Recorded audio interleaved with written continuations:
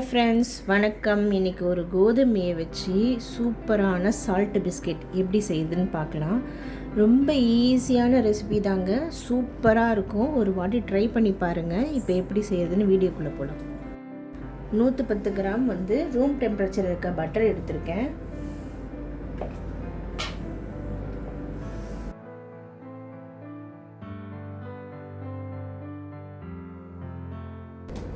இப்போ 30 gram brown sugar add பண்ணிக்கலாம்.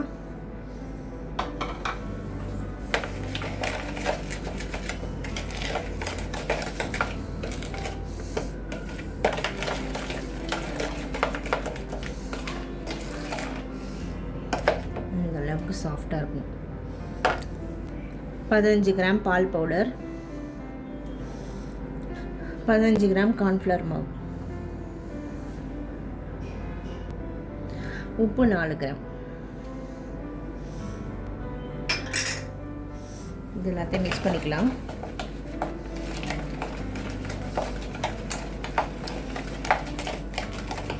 கோதுமை மாவு 160 கிராம் எடுத்திருக்கேன். இதை ஆட் பண்ணிக்கிறேன்.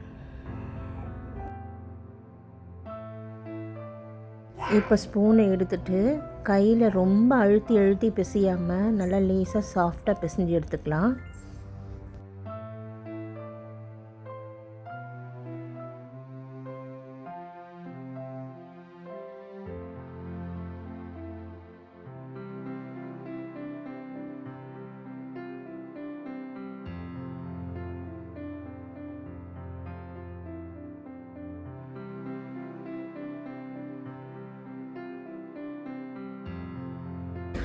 இந்த மாதிரி இருக்கும் மாவு.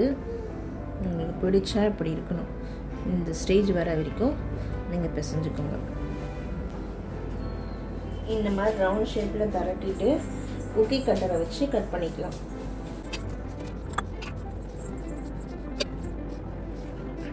உங்களுக்கு என்ன மாதிரி டிசைன் வேணுமோ அந்த மாதிரி டிசைன் போட்டுக்கலாம்.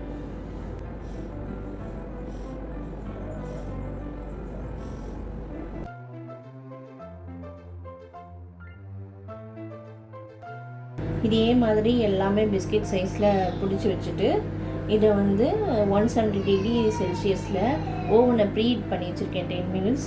இதை 15 மினிட்ஸ் பேக் பண்ணி எடுத்துக்கலாம். நான் கொடுத்த மெஷர்மெண்ட்லேயே ட்ரை பண்ணி பாருங்கள். ஒரு கோதுமை மாவு வச்சு ஒரு சூப்பரான பிஸ்கெட்டுங்க. இது குழந்தைங்களுக்கு கூட கொடுக்கலாம்.